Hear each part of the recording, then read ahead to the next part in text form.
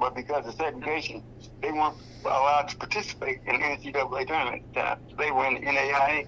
So they won 3 straight years. But for a long time, those achievements were not recognized. And the great Dick Barnett has spent decades trying to get them the exposure that they deserve. And finally, in 2019, that team was inducted into the Naismith Basketball Hall of Fame. But this movement, finally, after all those years, And Dick Barnett is still with us, thank goodness. I mean, he's still around. Yeah. And he was he's one of those persons again that if you were not a fan, okay, about what they were doing, you heard it, but you didn't understand how important he was to what he was doing. That's right. Yeah, I did not see him play, and I did not see Sam Jones play. So the best HBCU basketball player that I've seen in my lifetime is Earl Monroe. But there are people who say that Dick Barnett was as good as Earl Monroe. So I don't know. Dick Barnett, and let's put it this way, I think they played different positions, okay? Because Earl Monroe was a guard, okay? And he held his own, but they both held their own.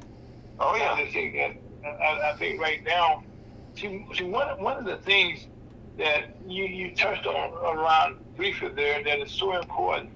See, this is Black History Month.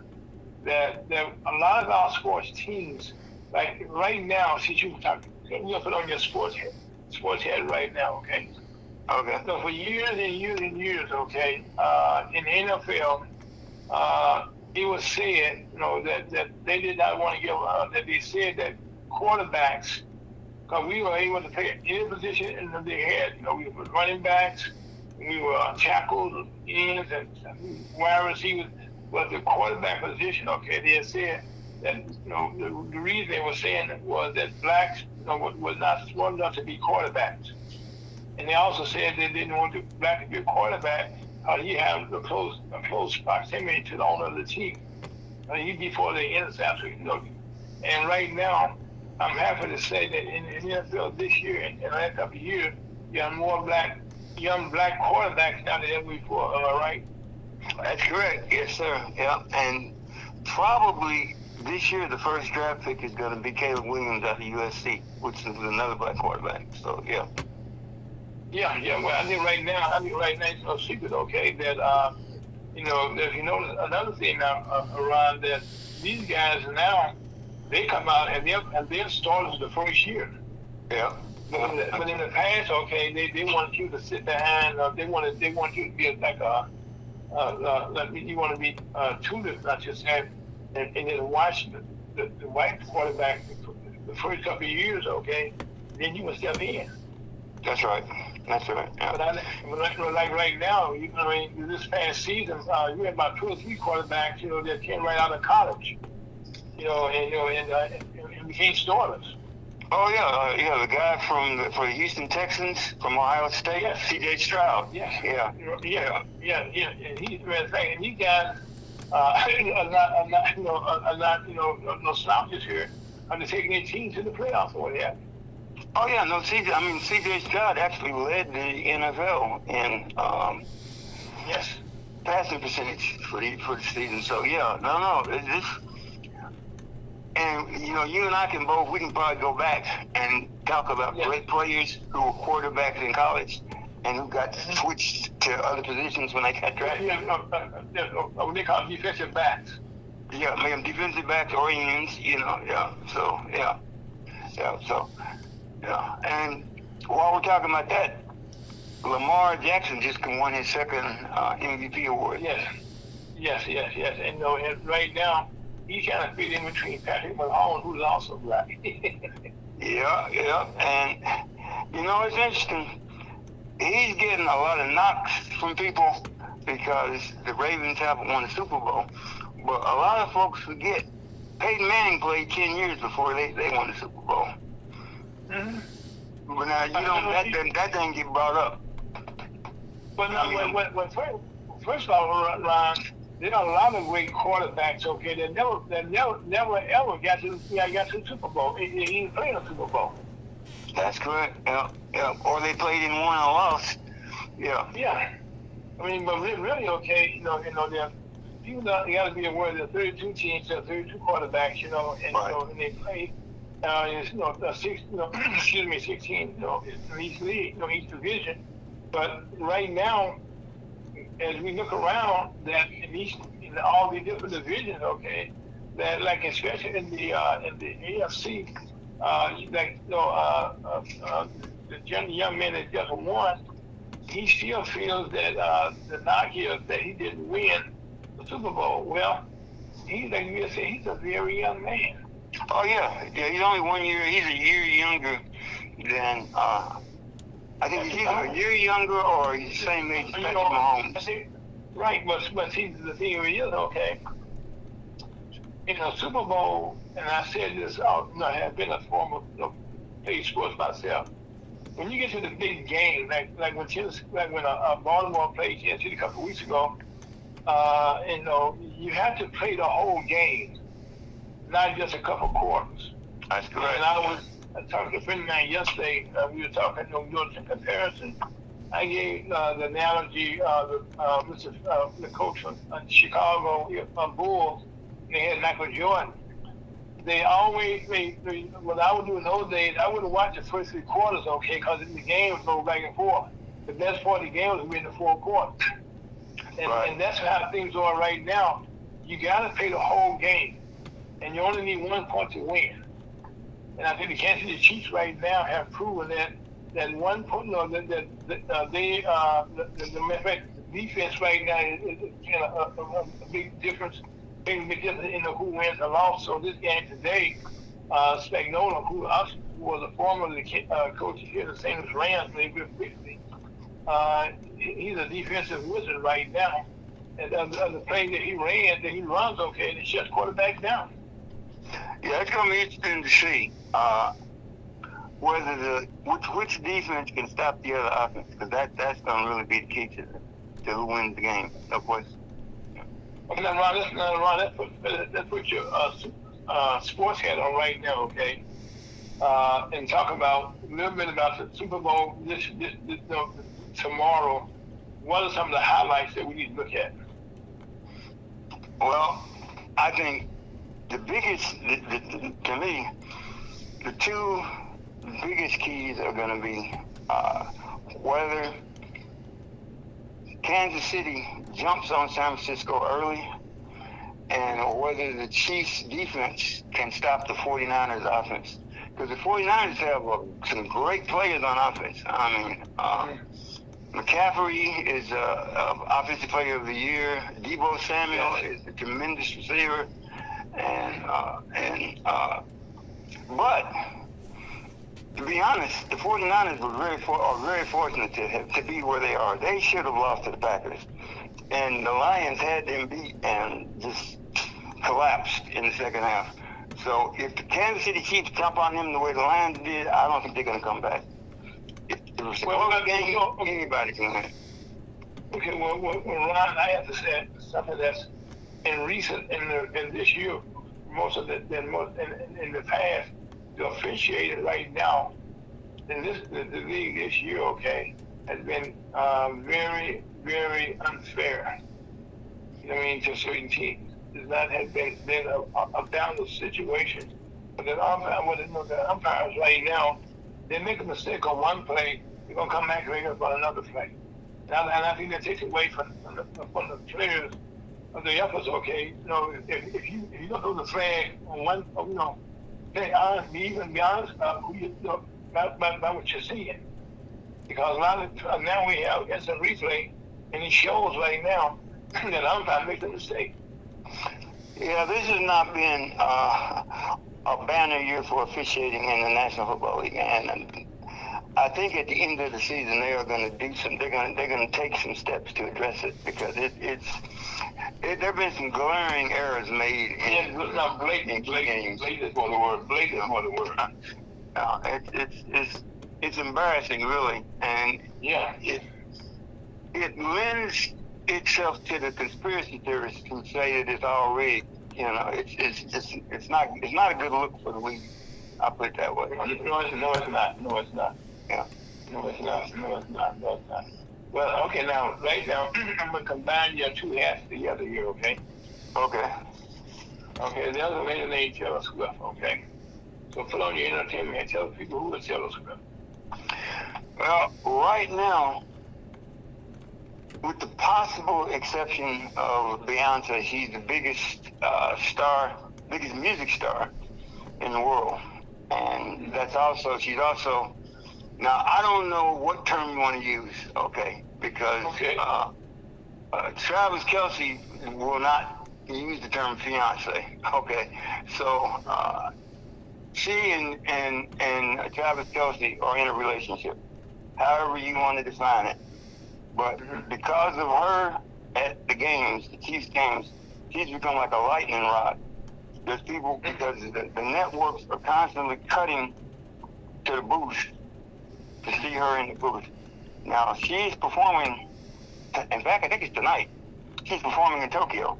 And she's chartering a jet to come back to the Super Bowl. Yeah, because the time changed. That's why she could be performing right now. I forget what the time difference is in Japan. But she's performing in Tokyo, Japan today at some point. And then she's going to charter a jet to get to Las Vegas. No, right. Correct you right there, okay? No, she used to have two private jets. So she had the plane, she had two, she can fly when she wants to. And, those private jets, she got a whole bit, they all comfortable, okay? So she was, okay, well, the story they're telling is that they're chartering a jet for her, so maybe it's her jet. No. She has her own jet plane, okay? Matter of fact, she had two. She just sold one to a person, to a group here in St. Louis. Their own Porsche. I mean, And so, but she got her own jet. Now, the problem that they said they were talking about, that they had problems as when the jets landed in Las Vegas, they had limited amount of parking space. Limited space, yeah. Now, you and I both know, Ron, they're going to find parking space. Of course. Okay. Yeah, she'll be at the game. She can be at the game one way or another, okay? Yeah, she'll be at the game. Having said that, I think for the NFL, they took advantage, which they should, okay? That's what sports is all about. I mean, it wasn't, like I said, this was really something that came about, not something that was put together for football. Right. I think Taylor Swift sitting a trend here that Travis Kelce has been one of the best tight ends for quite a while before he had Taylor Swift. Yeah. He's going to make the Hall of Fame either way it goes. And after watching the awards the other night, okay, I can see Taylor Swift. Any other story that she made with Dade, okay, they had limited exposure, okay, but they wasn't part of the biggest sports in the world, called football. And so with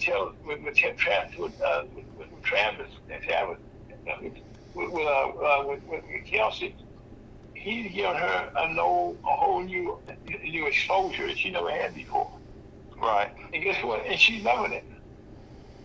And it's good for the game. Right. It's good for the game. Go ahead. I was going to say, CBS is hoping to get the Super Bowl record. Like last year, the Super Bowl was watched by 115 million people. Right. And that was the most watched Super Bowl in history, as well as being the most popular TV program of all time in the United States. But they're hoping they can break that record. So if pumping her up there a few times can help them break that record, they're more than willing to do it. Yeah, well, right now, let's say they're trying to get, they're expecting right now, okay, that a record, okay, of 67 million people. Well, I'm sure that's the ones who will be better, I'm saying. But the thing that the game itself will be seen, in more places around the world Right. They're gonna be seen on the federal government network. Where you can see in all the countries where we got young men, playing sports anywhere in the world. They'll be able to see the see the game. And it's being played. And personally, okay, a football fan, myself, a football player, a former football player, I think that now the fact that Kelsey and Terrell, doing what they're doing for the sports, and it's all clean entertainment for everybody here. Right. That's a good part about it. Right. Right. And naturally, I'm fortunate myself because I'm a Kansas City Chiefs fan. I'm not gonna lie about that at all. Okay, I've been for years. And I think Mahomes again. I think he's the best quarterback right now in the league. Oh no, I don't think it's any question or any doubt about that. He's got 6 straight times in the AFC championship game. 3 times in Super Bowl in the last 6 years. Yeah, no question about that. Yeah, and not only that, okay, he has so many commercials right now. Yeah, he does. Yep. You can't cut the TV on any night and not see him on something. That's right. Yeah. And also, he's probably the highest paid football player in the league. Because they gave him over $500 million, okay, but he also has part ownership with the team also. Right. Yeah, and he owns a couple of other. He's got part ownership in some other teams too. Yeah, he's got part ownership in the Royals and the soccer. All that. Right. I mean, so right now, and not only that, the soccer team, him and his wife actually bought the team, started the team, and groomed the team. And they're doing in Kansas City. He's not only just a star there, but he's a community man himself, and his family is. Right. And that's the thing that you like about it. Now, having said that, okay, Travis Kelsey, people say he wanted to go play someplace else. He'd be a fool because we can't take Mahomes with him. No, we can't. No. I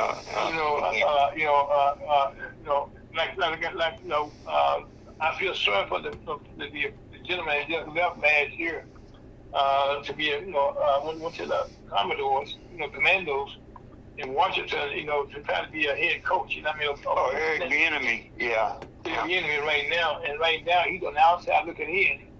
That will show you how you can make think grass is greener. And I think right now, he was hoping to get down to the Chiefs because the offense went south without him. They know a lot about that, okay? But now they have their young man, okay, that's number 10. That's unbelievable. Well, and the thing about Bieniemy is he went to the Commanders because they also gave him the opportunity to call plays. And supposedly the reason that he wasn't getting head coaching opportunities was because they were saying, well, Andy Reid calls the plays in Kansas City. But here's the thing about that. Okay, the Titans just hired a head coach who didn't call plays either. Brian Callahan. He didn't call plays with the Bengals. So I think that was a bogus thing. But he felt that it was a legitimate. He felt he had to go somewhere where he could call plays and get that on his resume. So, that's why he went to Washington. And unfortunately, it didn't work out so well. Well, and they went south on it. It was a bad decision. But now, let's go back here now. Okay, and put on your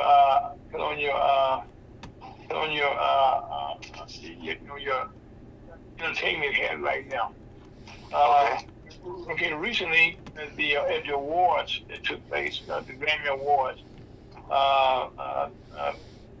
there was an award given to Jay-Z, and he kind of gave a little history about what happened with blacks in the past when you come to the Grammy and them getting exposure in the past. Mm-hmm. And that he made note, and we all have to agree, okay, that he made it briefly, okay, that Beyonce is probably the greatest. And I think right now, okay, that Beyonce is second to none. Okay, as far as the female entertainer goes. You know what I'm saying? And so I think that, that she had not been given her dues. You know what I'm saying? Yeah. Well, and see, I can speak to that because I have voted on the Grammys. Okay, I've been a member of NARAS, so I know exactly how the Grammy process works. Okay. Well, when you explain it to us, like explain it to us, please. Okay, so what a lot of people don't understand is, like, as far as that go, Grammys, Oscars, which I've also been a part of, Emmys, all of these awards, these are industry awards which are voted on by members of the industry. Now, Jay-Z was referring specifically to the category, the album of the year, and he was saying that black artists do not get fair consideration when it comes to album of the year. And I understand why he's saying that, okay? Because I've been in meetings and seen things where people will say, well, this album is a good R&B album, but it's not a pop-oriented album. Or, well, this album is a good jazz album, but it doesn't fit. So there's all kinds of political stuff, and record companies get involved in it, and their people will call you up and try to influence the vote. So there's a lot of politics involved in the Grammys. It does not have anything to do, merit is a very, very small part of it, okay? I'm not saying that people who win Grammys aren't talented, because they are, but there's a lot of really talented people who never win a Grammy because of politics. I agree on that. No. And that's the point I think he's trying to make. I agree. Diplomatic as he can be, because he realizes that he's still running a record label, and he still wants his people to be considered for awards. So he's got to, he can present that protest, but he's got to do it in such a way that he doesn't alienate the voters next year, because Beyonce might be up for, an award next year, or he might be up for an award next year, or somebody on his label might be up for an award next year. So, but no, I think the basic comment that he made is a valid comment. If you go back and look at the history of album of the year and record of the year, which are the two biggest awards, there has not been equity as far as black artists. Oh no. Like I did last time, I was in my on my around here that 1999 was the last time a black female won the award. That's correct. Yes. And I think since that time, we saw Beyonce. She won over 60-something Grammys, if I remember. In other categories, yeah, just had the one in one of those. In every category out there, just about okay, she's won. Right. And I think also that something he meant that he slightly talked about was the rap industry, how they would give them awards, okay, but they would not do it in prime time on TV. Right, they don't make them part of the program, of the performance. Of the program, of the program, which is a slight, you know what I'm saying? Oh, yeah, and that's something else that's another very political thing. Record labels lobby for that time. They pay CBS for that space, and so certain artists get to perform and others don't, and it doesn't necessarily matter who had the most nominations. It's who these record labels lobby for to get on the air. So it's all very, very political, and really it's one of the reasons why I don't deal with it anymore. I participated in it for 10 years, but I don't deal with it anymore, just for that reason, because I know how political it is. I know, because I used to be getting man to a radio station, okay, and airtime is the name of the game. That's right. Yeah. And you don't get too much more political than that. Okay, matter of fact, a lot of people in the jail called payola. But Ron, let's be real for it. Okay, money will always be a part of the industry. Yep, that's right. Of somebody trying to get the orders on the air.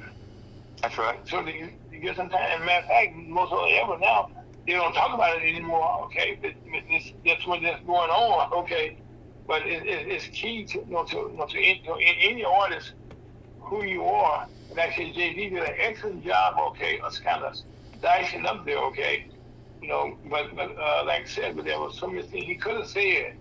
And I think what Beyonce said right there, okay, and like I said, not to get her, not to get Taylor Swift, okay.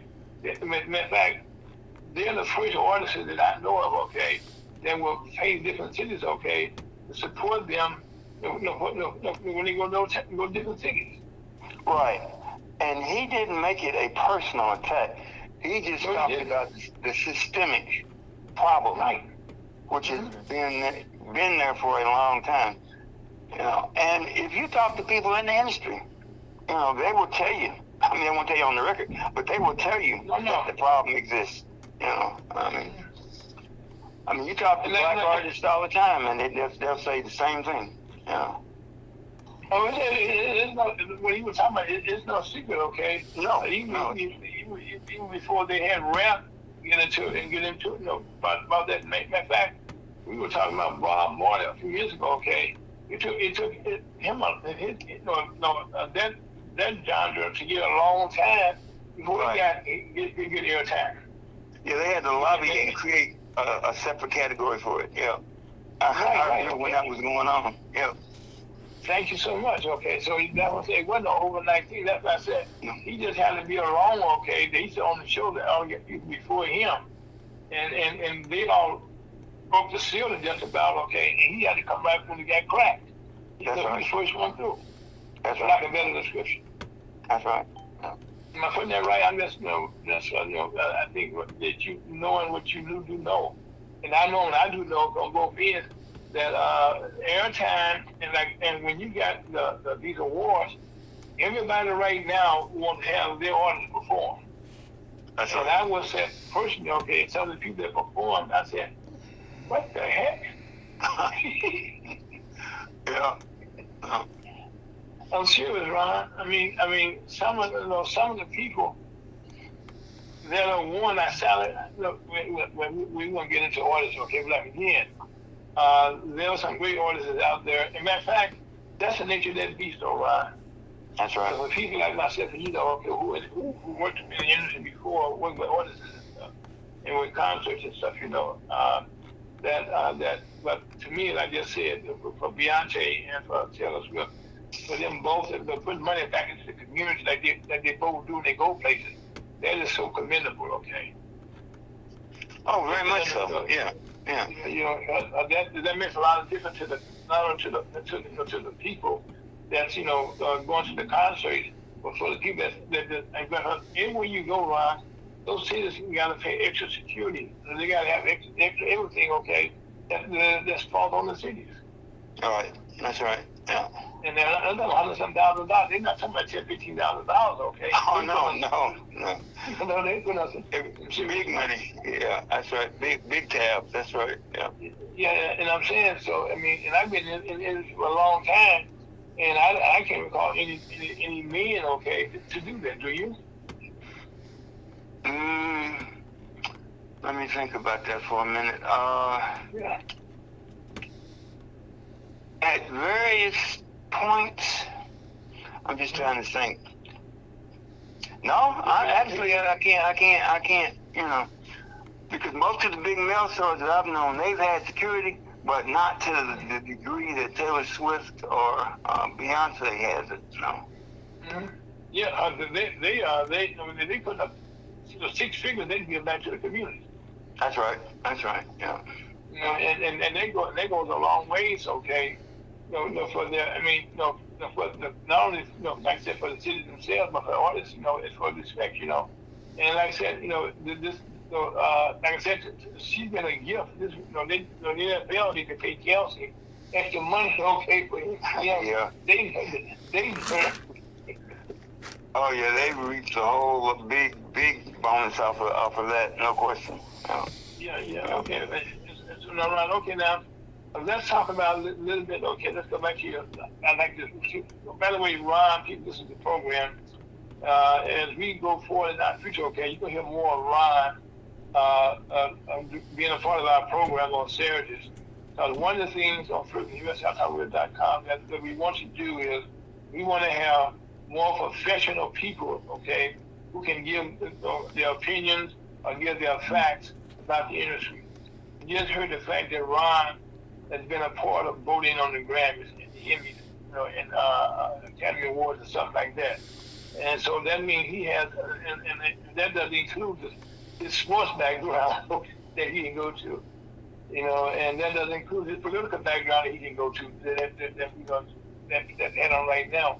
Ron, last year we had a lot of excitement going on in Tennessee about the two young men and young lady that were kicked out of the legislature there. Oh yeah. So for people not aware, they are both back, in their particular, in their particular seats right now. Now, but now, have they had any more mics being cut off from them or discrimination? Oh yeah, Justin Jones just got kicked off the education committee last week.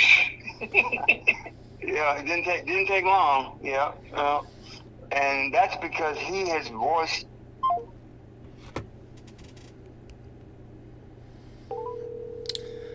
Ladies and gentlemen, we're going to go on a break while we wait for technical difficulties to be overcome.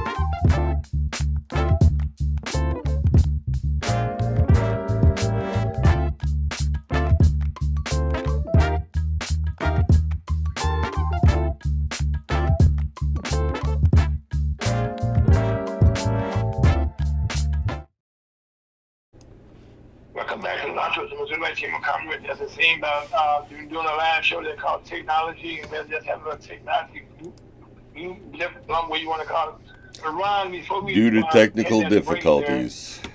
Technical difficulties, that's who I'm in. Get my back there. Okay, technical difficulties. Ron, you not to mention, okay, that the gentleman from Tennessee just got kicked off another committee. So Justin, what Justin was that now? Justin Jones, yeah, he was kicked off the Education Committee by the Speaker of the House because he was voicing public opposition to the governor's voucher program. What program? Governor Lee is trying to create a voucher program for schools where he's going to divert money from the public schools to this scholarship initiative for to send students to private schools. And so Justin Jones was voicing opposition to that. And so first they cut his mic off. Then because he was having a press conference, they kicked him off the committee. And so, yeah. So as I said, the beat goes on. There's a song that we all know. Okay, now having said that, Chuck, how you doing, Chuck, first of all? Great. Good afternoon. All praise be to God. Yes. Chuck, we got Ron Wynn that's on today. And Ron works for the largest bank newspaper down in the state of Tennessee. And Ron wears many hats. Okay, his entertainment hat he has, that he's been a part of the voters for the Grammy, the Emmys, and all that kind of stuff, Academy Awards, and also he's a sports director for the people also, so we can talk about the sports that's going on and all that stuff. Okay, and also Philippa hat also. So when you called in, he had the Philippa hat on then, talking about Justin Jones. Just had kicked off the committee there, which we know last year there was much to do about him being expelled for lack of better description. And also Mr. Justin, and also Justin Pearson, okay, and also a young lady, a white young lady, but they're stand because in those days we were talking about the killing in Tennessee, where these a mass shooting took place in a private white school there, and the students and stuff were voicing their opinions, okay, about getting gun control get something passed in the House of Representatives there, I should say, and Justin got kicked out because they took their protest, they said, to a higher level, but they were representing their students there, who their constituents and their parents there. They were just doing their job. But anyway, so anyway, we were talking about that, and when you came in. So now, having said that, Chuck, we also had talked about the Super Bowl, and we talked about a little about the Taylor Swift and Travis Kelce. So now, we get into this, like, what are your thoughts about this being Super Bowl weekend? Give your thoughts on it. Man, that's there's a lot of thoughts on everything, but just reacting. I was wondering about what happened to those brothers in Tennessee state legislature, because it was. Well, let's go back. It went quiet. I mean, it's like we're not even talking about what happened, or what is the aftermath, or where are we now? Because they have. Well, obviously, you have our attention, and we're paying attention to that.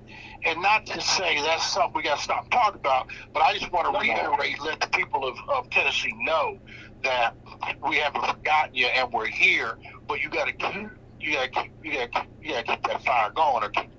Oh yes. No.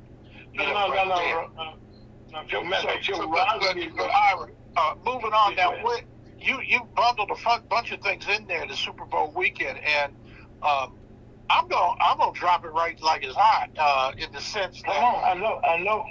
You know what the Super Bowl is? Super Bowl is entertainment. Mm-hmm. And Ron, it's all about the come up, or whatever. While what's not in the news, that's what you watch for today. Around the Super Bowl, watch for the moves that go on.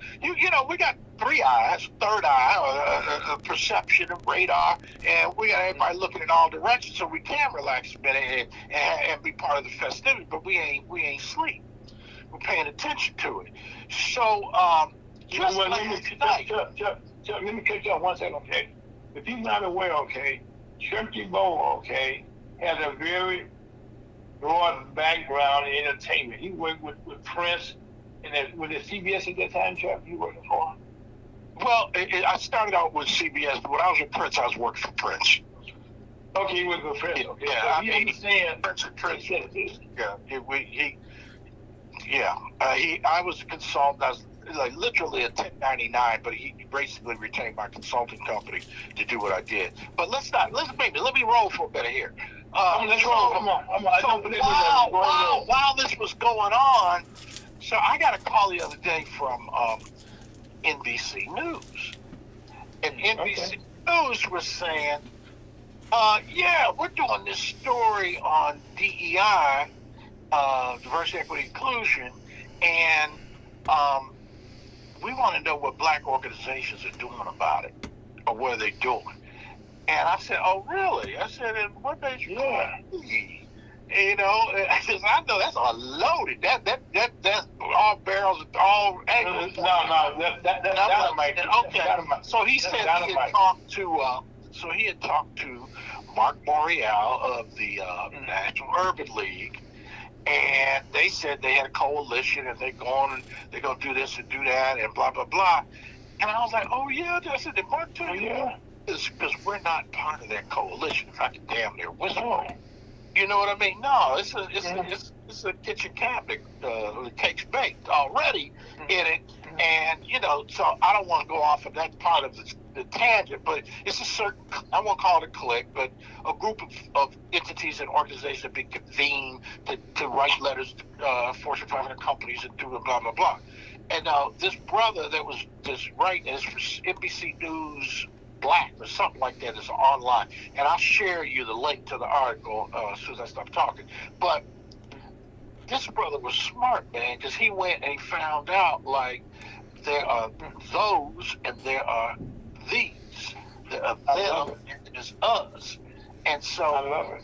he you know, you put me out there like that, I can't. A bullet is a bullet, and if I'm getting shot at, I shoot back. My bullets are real. And so I just kind of told him, I said, so this DEI thing, and I'll wrap the story up. But I just told him, I said, man, my quote, you're gonna get the quote. But wait a minute, you know, let me see if I can pull it up real quick here. Just tell you what I said. I want to read this. It says, it's one thing to throw rocks at a fortress, DeBose said. Anti-DEI agents are dropping bombs. And now the reality is black businesses are getting killed. And so we've got to lift them up. So we're focused on developing a whole new generation of entrepreneurs that are sustainable in their communities. Amen. So when you read this thing, and I was saying it, but that's the whole point that I didn't realize. And you know, so my partners, my boys, people read it. Like, I didn't even know this thing was online, that they put it online last night. And so they're calling me and saying, "Oh man, you dropped the hammer." I'm like, "What do you mean? What do you mean?" He says, "No, people writing these letters, and these so-called protesters, they're like throwing pebbles at a fortress while we're getting rained on with bombs like it's Black Wall Street all over again." And I was like, man, I wasn't thinking like them all that over again. But I mean, the stars lined up. That's what And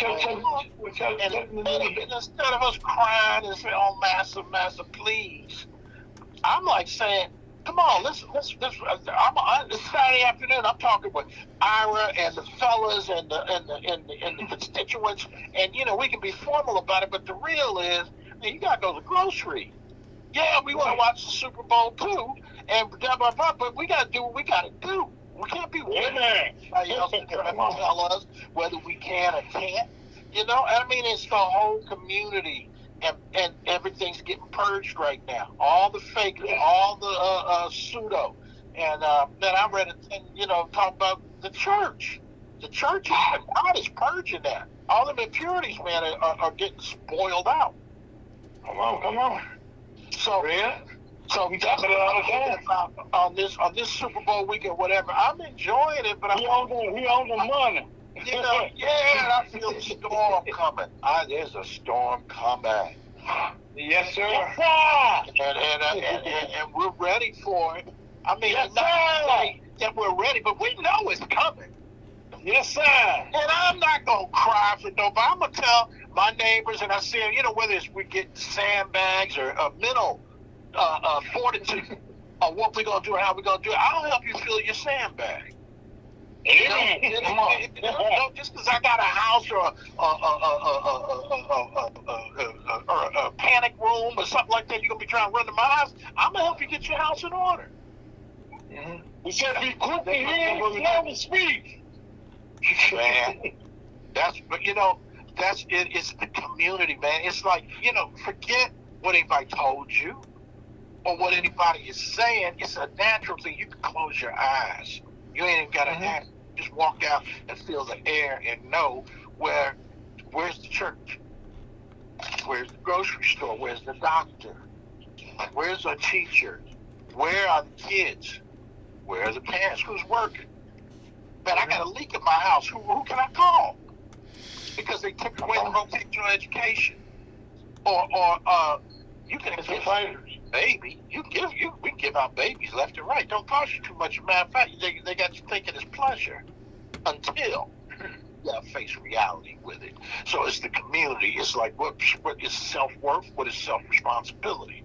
And you got all these people ready to point a finger, and I'm not talking about people like us or more. So I'm talking about those that are so-called on the other side. And you can really take media, entertainment. They got us propping up who is supposed to be a demigod, somebody we're supposed to be look up to, somebody we want to emulate that life to.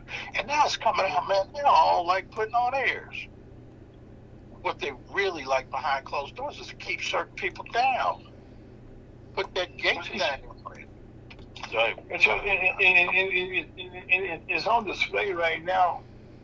When we talked about before you came on the air, Ron, I was talking about that they had this thing that black quarterbacks, previously could not be a quarterback in the league because they said they weren't smart enough, and then they got drafted and gave us a back. But right now we got all these black quarterbacks, young black quarterbacks right now who are leading their team to championships.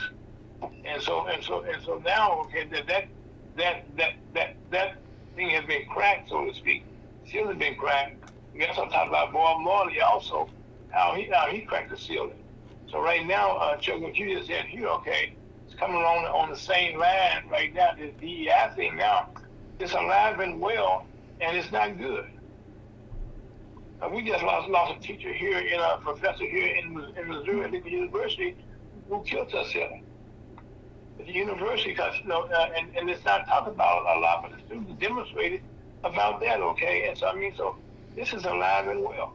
And the young lady that was up at Harvard University, she was president of Harvard. They didn't want that. Because they felt that in her job, she was doing her job, and not that she didn't do her job, okay? It's just that the people that they felt should be there wasn't her color. No, she's the wrong color. That's the whole point, though, right now. Who is anybody to tell you what you can or can't do with your own money? And the money that you have them because they were trying not to let you have any anyway if they had anything to do with it. So as far as education, that whole thing of removing that lady, it had nothing to do with the quality of the students they were producing. Nothing. It's all about because she didn't cry enough or yell enough or protest enough about Israel. See, everybody need to make their own choices, their own decisions. Don't try to see how to and because you're the preacher at the church, because you're the school teacher, because you run the university, you're not supposed to be silencing and censoring people. No, and that's not what you. No, but Chuck, I know. Well, I'm in my position, okay. That all my life, okay, I can't be real, but I can't be bought. I'm going to tell the truth. And let's get right here on this education thing. I mean, now they're trying to tell us what you can and cannot say about the facts of history. Thank you. Man, it's been happening for a while. And I'm just going to say this out here right now because I'm supposed to talk about, but, I have affinity with the Tuskegee Airmen, so that's the thing. I don't want to open all that up. But when I went down there last August and I went to the Tuskegee Airmen Museum, there's all these white men up there. There's all these white men that you don't even know who in the hell are these people. Why are they up here? And I'm talking about when you first come in the door and you got to sign the book. Never, ever in the history of this thing has one of these guys' names or pictures or anything been associated with it because now it's okay. People really respect and love and know who the Tuskegee Airmen are. So what happens? All of a sudden, Secretary of Defense or the general over the whole army or this guy, all these guys way up, they got to put their pictures up there first. And I'm looking for the actual Tuskegee Airmen, and they don't give them any identity. They're changing history as it's exposed or portrayed. That's the point. You got to go to another country or watch a BBC documentary to see what did these people over here really do. And let me just tell you straight up, and I'm feeling it today, but the American white man don't want you to know the truth about what did they really do in slavery, or what is they really engineering. And then to talk about, there's a guy out here now, used to be part of this private security firm called Blackwater. They up here professing that they need to recolonize Africa. I'm like, who in the hell are you? This is, yeah, this guy basically he's saying, we'll do it, just put the money in the budget. That's what I'm saying. No, wait. Check, I can run my man around that. I just. Bruh, they're not talking about. They're not. Colony isn't. It isn't a nice thing. It's killing people. It's take over, and they have nerve enough to say, if you can't govern yourself, we're gonna govern it for you. Who in the hell are you? And what are you? What this thing we're doing? Let's bring it all home right quick, man. Let me tell you something. I respect anybody that can still function and work when they're an octogenarian, and that means in your 80s. When you're in your 80s and you're working or whatever, I mean, I ain't got nothing but respect for you if it's what you want to do. You shouldn't be forced to do it. When President Biden has to get up there and endure the rigors of the job, I mean, you got to respect what you can respect about it, not necessarily rely upon it, because a man in his 40s has a hard time doing it, let alone 80s. So his memory lapsed a little bit, and I mean, a lot, or whatever. They made a thing about he couldn't remember when his son died or whatever, but the special prosecutor, investigator, whatever the thing was coming out was that, yeah, we can't really be too hard on the guy. He didn't remember what documents he had or didn't have or whatever. And I'm like saying, that's only kind of like too much like right. He's 80 years old. What do you expect? Chuck, Tiffany on the seventh, okay, but they didn't say that he was dealing with right then, right when they were about to have the war kick off in Yusu in the Gaza Strip, okay. That was all that same weekend. And all that was going on right then when he gave him time, to try to discuss that. And I'm 75 years old, okay, and I can tell you a whole lot of stuff, okay, that's happened in my past. But sometimes you gotta deal with the future and the present, and all at the same time. If you take 5 hours of my time, okay, while this is going on, I'm being more than nice to you. Am I right here? To take the time to have a discussion with you. Yes, sir. Say it, son. But you know what? That's what I'm saying. You know, I'm really kind of talking about reality, or being awoke and getting out of some of this political rhetoric or this or that. Yeah. Not that any one person is better than the other, but to say it's not. The reality of it is that you shouldn't have to be put in that position. No. You know, why would you expect this guy to be Superman? I mean, it used to be 65 years old, you're supposed to be able to step off the stage.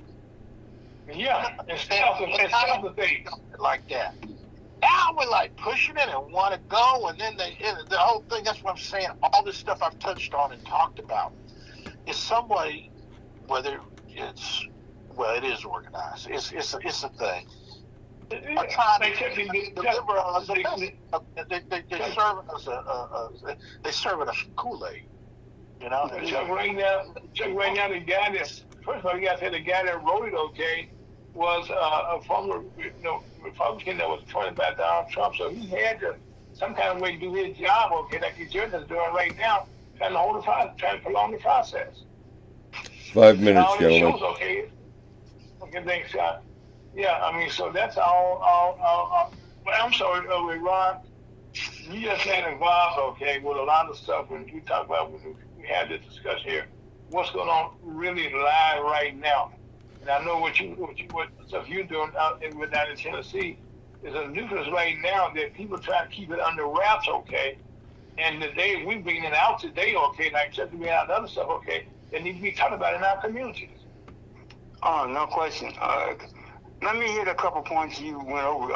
First of all, my publisher's 89 years old, and she's as sharp as a tack. So Oh, come on now, come on. That's the first thing. And secondly, we could, as I said earlier, we could do a whole show just on this TSU controversy.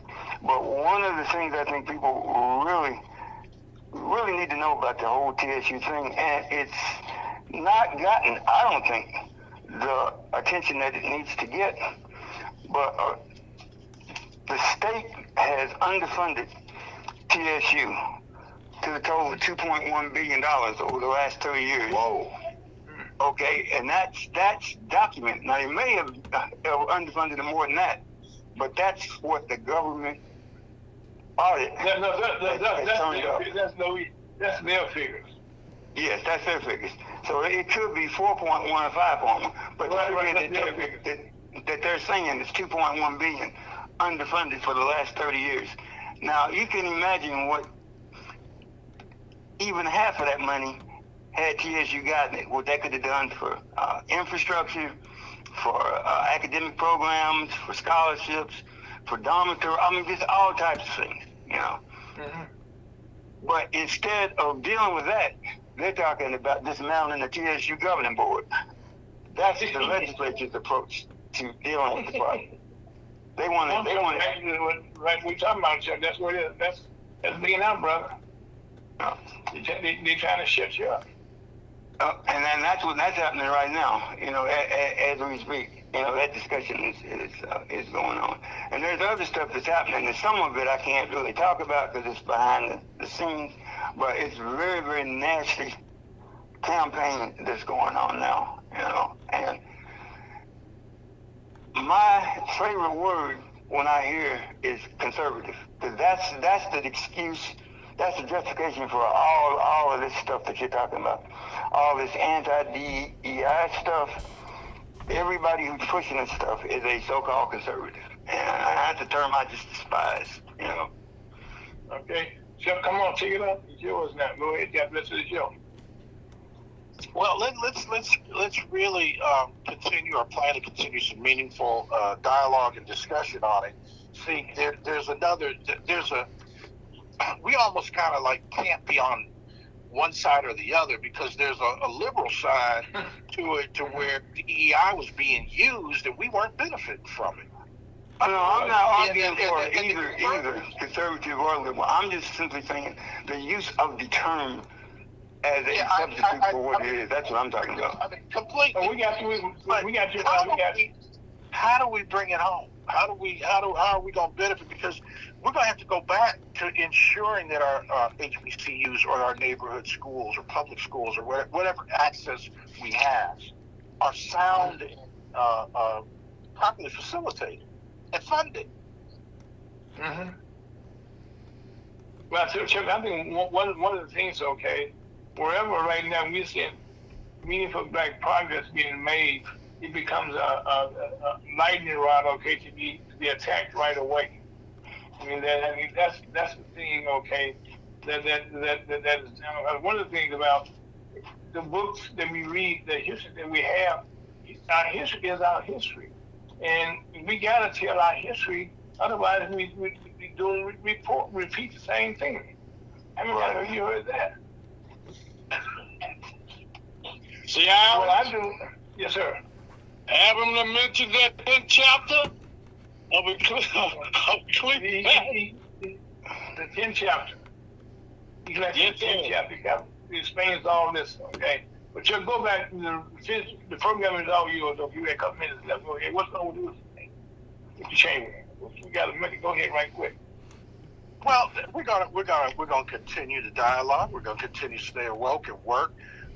We have a lot of information to be sharing and bringing out with you.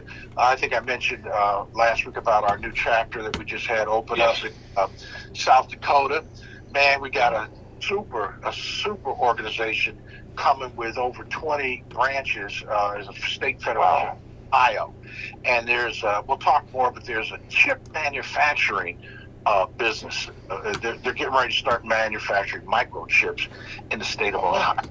$18 billion worth of procurement opportunity is associated with it.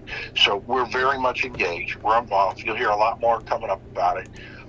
Hey, man, everybody, enjoy your Super Bowl. Don't drink too much. Don't argue with your family, and have fun. We got a lot more news and information coming for you here very shortly. God bless. Yeah, man. Yeah, man. On that note, that's Chucky Bone. That's Ron Wynn, who's a part of our team right